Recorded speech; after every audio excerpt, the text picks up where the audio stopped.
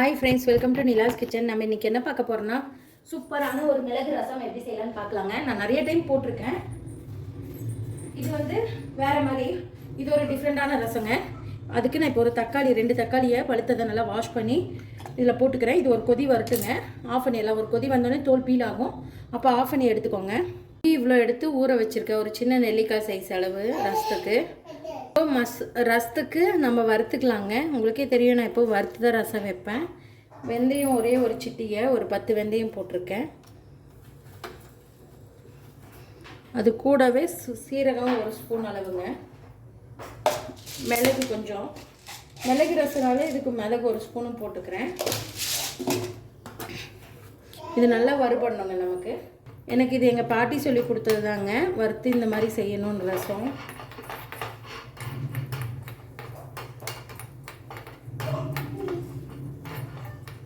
First இது வறுத்து நம்ம எடுத்துக்கலாம். இது கூட ஒரு பூண்டை போட்டு நுணுக்கி எடுத்துக்கணுங்க. ஆஃப் பண்ணிக்கலாங்க.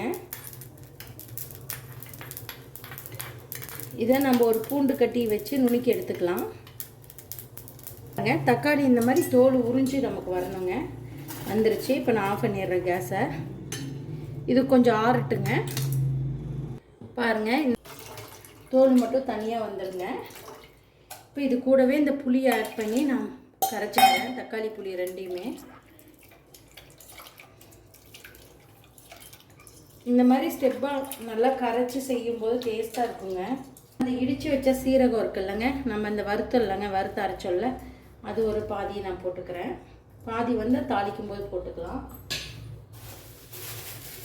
இந்த மாதிரி ஸ்டெப்பாக பண்ணிங்கன்னா செம்ம டேஸ்ட்டாக இருக்கும். நீங்களும் ட்ரை பண்ணி பாருங்கள். கருவேப்பிலை கொஞ்சங்க, ஒரு 10 கருவேப்பிலை.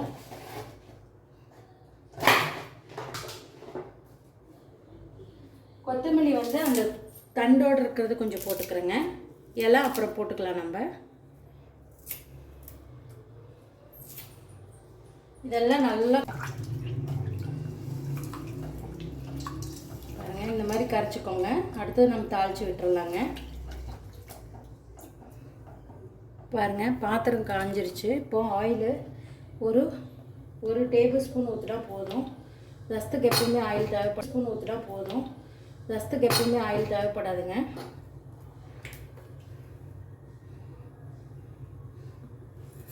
ஆயில் நல்லா காஞ்சிருச்சு பாருங்கள். இப்போ கடுகு,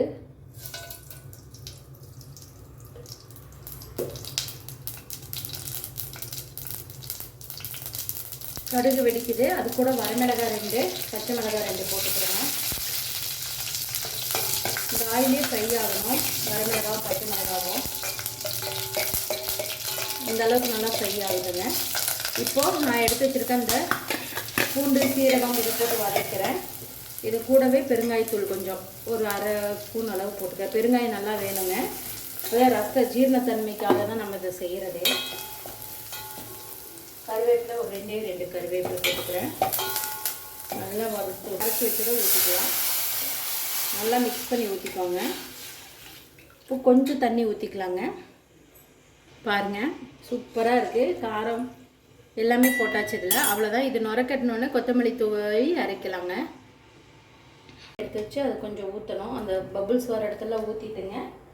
அடுப்பு ஆஃப் பண்ணிடணும். ஆஃப் பண்ணிவிட்டு கருவேப்பிலை கொத்தமல்லி தூவி விட்டு ஒரு மிக்ஸ் பண்ணி வச்சுட்டு லைட்டாக க்ளோஸ் பண்ணிடணும். அவ்வளோதான். சூப்பரான ஒரு ரசம் ரெடி ஆகிடுங்க. வாங்க பாருங்கள், பார்க்கவே எவ்வளோ சூப்பராக இருக்குன்ட்டு மனமாக இருக்குங்க எனக்கு. கண்டிப்பாக நீங்களும் இந்த மாதிரி ட்ரை பண்ணி பாருங்கள். ட்ரை பண்ணி பார்த்துட்டு மறக்காமல் எனக்கு கமெண்ட் பண்ணுங்கள்.